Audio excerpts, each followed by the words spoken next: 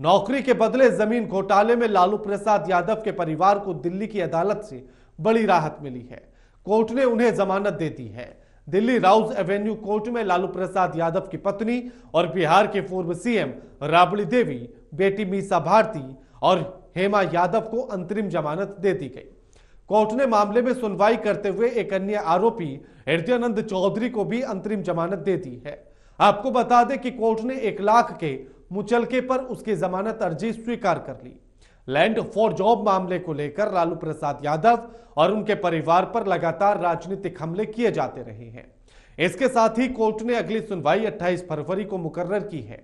उस दिन सभी आरोपियों को नियमित तौर पर जमानत देने की मांग पर सुनवाई होगी।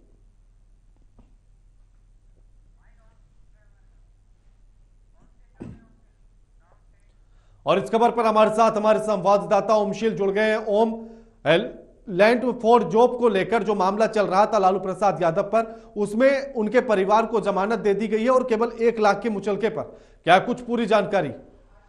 बिल्कुल, नौकरी के बदले जमीन घोटाले मामले में आपको बता दूं कि इनकी पेशी होनी थी, राबड़ी देवी की पेशी होनी थी, मीसा भारती की पेशी होनी थी और जो एक और लालू यादव की बेटी हैं हेमा यादव, उनकी पेशी होनी थी। और पेशी के बाद जो जितनी भी याचिकाएं थी राउज एवेन्यू कोर्ट ने उसे स्वीकार किया। उसके बाद इन्हें जमानत दे दिया। अब जब तब तक जमानत दिया है जब तक कि अगली सुनवाई नहीं होती है। अगली सुनवाई 28 फरवरी को होनी है के और इसके बाद ये पता लगेगा कि जमानत आगे भी बरकरार रहेगा या नहीं रहेगा।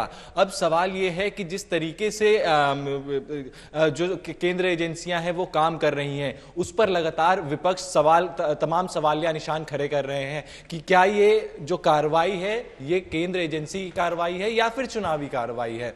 जिस तरीके से हेमंत सोरेन पर ईडी छापेमारी कर रही है, उनको गिरफ्तार किया गया है और जिस तेजी के साथ उस केस में खुलासे हो रहे हैं, उसको लेकर विपक्ष तमाम सवाल खड़े कर रही हैं। अगर हम बात करें आम आदमी पार्टी की, अरविंद केजरीवाल के साथ भी यही हाल है। तो कहीं ना कहीं ये विपक्ष को कमजोर करने की नीति, ऐसा विपक्ष का आरोप है कि ये किया जा रहा है। बिल्कुल ओम, लेकिन अभी तक जिस तरह से सबूत सामने आए या जिस तरह से दलीलें दी गई, तो उसमें यह तो क्लियर हो जाता है कि लैंड फॉर जॉब घोटाला हुआ है।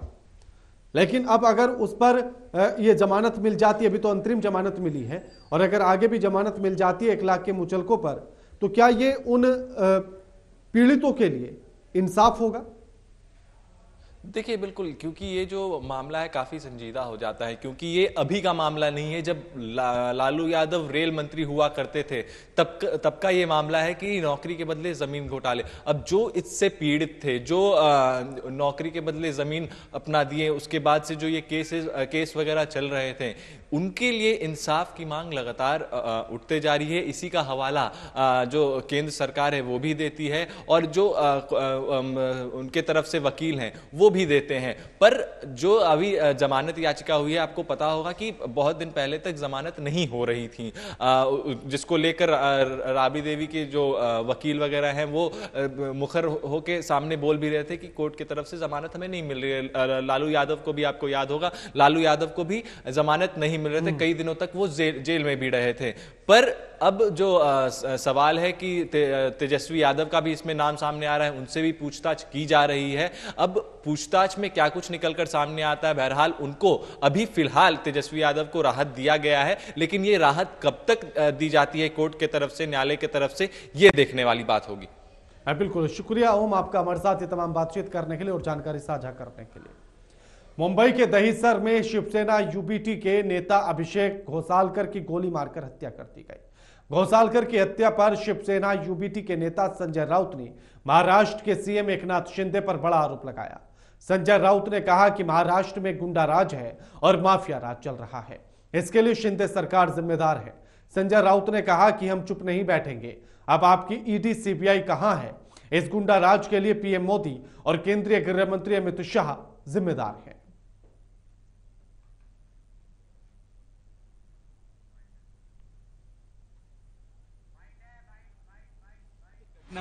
कल हमारे पार्षद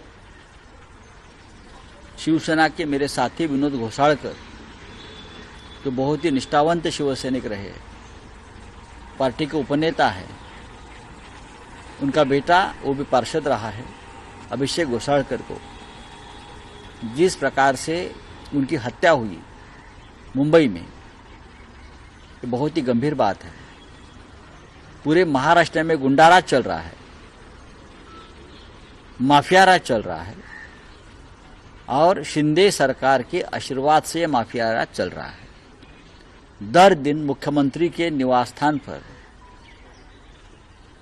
10 या 15 ये माफिया गैंग्स के लोग आते हैं, बैठते हैं और चाय पे चर्चा करते हैं। गुंडों के साथ चाय पे चर्चा चल रही है सरकार की। देवेंद्र फडणवीस गृहमंत्री है, कहाँ है? अदृश्य है, हाँ, लापता है। चाय पे चर्चा विदर्भ में कर रहे, यहाँ खून हत्या हो रही है, हमारा आदमी मारा गया, हम चुप नहीं बैठेंगे। मैं आपको बताता, हम चुप नहीं बैठेंगे, जो करना है वो कर लो, हम चुप नहीं बैठेंगे। हाँ, अब कहाँ है आपकी ईडी, सीबीआई?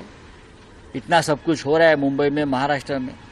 हाँ, जिस तरह से गुंडाराज चलाया जा रहा है उसके लिए नरेंद्र मोदी और अमित शाह जिम्मेदार है।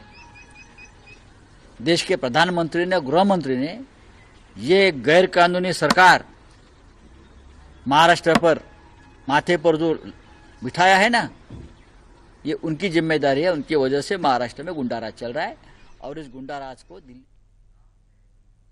इस खबर पर हमारे साथ हमारे संवाददाता नागेंद्र भाटी जुड़ गए हैं। नागेंद्र, अब संजय राउत का यह कहना है अभिषेक घोसालकर की हत्या को लेकर कि महाराष्ट्र में गुंडाराज चल रहा है। दृष्टिकोण को साकार करने के लिए सहकारी समितियों की लाभप्रदता एवं उत्पादकता को बढ़ाने के लिए हम प्रतिबद्ध हैं। 100 प्राथमिक